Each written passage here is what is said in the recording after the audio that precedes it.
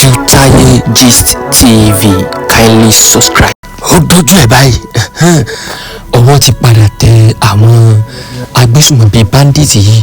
Ẹ wo níbi fọ́nrán tó wà lẹ́gbẹ̀ẹ́ ibẹ̀ ni àwọn ọlọ́pàá ti lọ mú àwọn bandits yìí. Ẹ wá farabalẹ̀ kẹ́ ẹ wo fọ́nrán fídíò ìtàn nítorí àwọn ọlọ́pàá ti ṣiṣẹ́ wọn bí iṣẹ́ láti mú àwọn bandits. Ṣé ẹ mọ ọ̀nà tó ṣe tóóró nínú kíní fọ́nrán fídíò tẹ̀ ń wò yìí?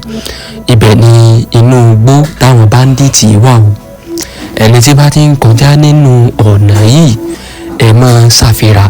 Tẹ́ bá wá wo bí ẹgbẹ́ tí pọ́ọ̀sì wà ńlẹ̀ òun báàgì wà ńlẹ̀ àti àwọn bàtà, ẹ rí wípé ìwé náà wà ńbẹ̀. Ìwé àwọn ọmọ tán jí gbé ni o. Ìwé àwọn ọmọ tán jí gbé. Àwọn ọlọ́pàá ti wà ní inú igbó, wọ́n sì ti ṣe kíni, wọ́n ti mú kan lára wọn. Ìkan lára wọn tán mú náà rí o, lórí dẹ́kùdẹ́kù bíi túkọ̀ lẹ́dẹ̀ yìí o. Tá bá ní wípé kẹ́ ẹ máa ṣọ́ra, ẹja ṣọ́ra sí báyìí o lásìkò yìí. Àwọn ọlọ́pàá sì adúpẹ́ fún wọn torí wọ́n ṣiṣẹ́ wọn bí iṣẹ́. Ṣùgbọ́n kí wá lè èròǹgbà tí èmi ní òun ni wípé wọ́n ti rí ọmọ Adélábù àti ẹ̀gbọ́n rẹ̀, wọ́n ti rí gbà padà.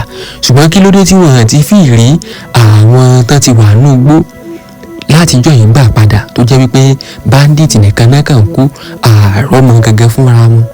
Ìkànnà tún kò yí o tó jẹ́ pé ṣe bí wèrè lélẹ̀ ṣe máa ń ṣe.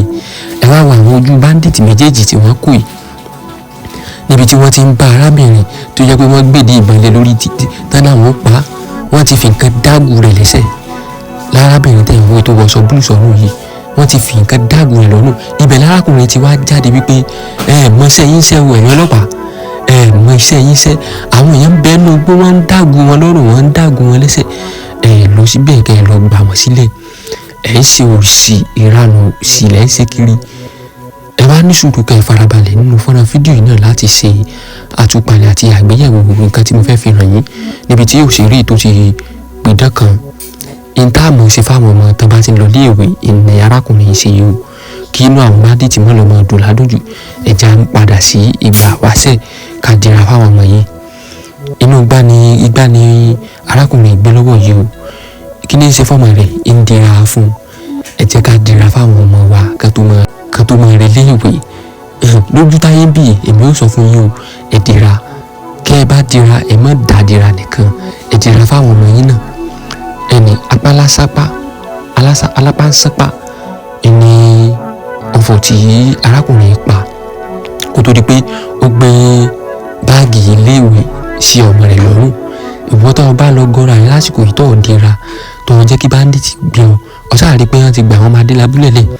Olówó làwọn èèyàn, wọ́n tún já owó bandit sí láti 2 billion sí 1 billion pé ọ̀rá náà ẹ mú 1 billion wá. Ìjọba tún láwọn ò ní san kankan sẹ́ẹ̀ pé inú igbó ni wọ́n wà táwọn fi wá rescue wọn. Ọ̀fẹ́ ló fò làwọn rescue wọn, àwọn ò ní náwó kankan báyìí lé lórí. Ìmọ̀ tó bá yẹ pé ọmọ ìjọba ní ẹ̀rí wọ́n ti dá 1 billion yẹn, wọ́n ti gbé lọ, wọ́n ti lọ san. Èyí kọ́ wa lọ́gbọ́n pé Ojúlọ́lá kan fi ń sọrí.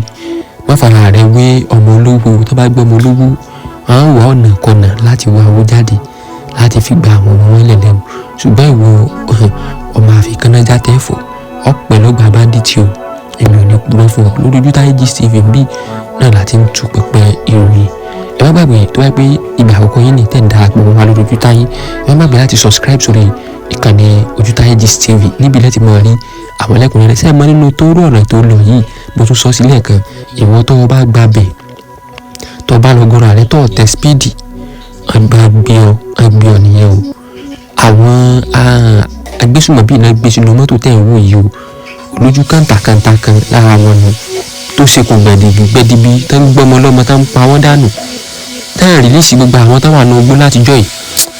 Ojú àṣebí ti tú, ojú wọn ti tú. Kọ́lọ̀ wa bá wa mú gbogbo àwọn ọmọ tó wà ní gbèdé láyọ̀ àtàlàáfíà. Àdúrà mi nù kó tó di pé dìbò ó dé.